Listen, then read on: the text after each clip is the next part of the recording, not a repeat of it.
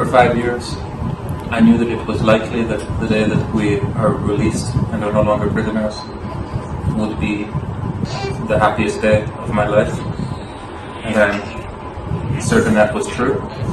But what has surprised me is that the handling of the situation by the Pakistanis, the men who have rescued us, the men who have made all of this possible, has actually made our second day even better than our first day of tasting freedom.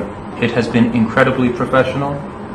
I have been amazed. I have seen in Canada and the United States,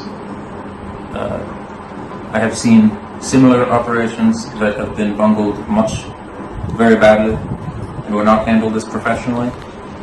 But this has been a tremendously precision work. It has been tremendously professional. It has been tremendously secure for my family. And they have taken every effort to make things as easy as possible. And so I can say to you, I did see the truth.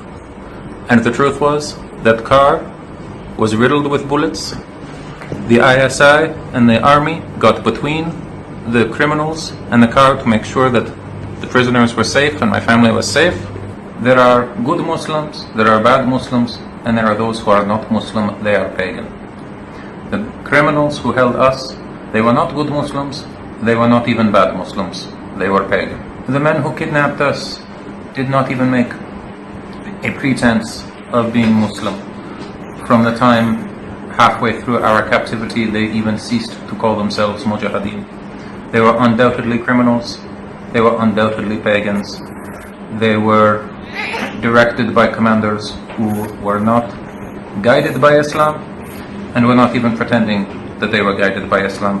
They were guided by external factors and guided by their own agendas. For 5 years, where we spent a large bulk of that time in Afghanistan, I do not see the presence of Afghan soldiers. I do not see control of Afghan government in these areas at all. Some areas may be controlled by Taliban, some areas may be controlled by Mujahideen, some areas are certainly controlled by criminals, and some areas are completely uncontrolled. Pakistanis are doing everything to their utmost. The different agencies have been overlapping with each other and working together, and each time that we are moved, we are handled, we are talking to another agency, we are just increasingly impressed by the fact that it is not a rare oddity. It is not that there is one or two good men who are serving Pakistan in this fashion.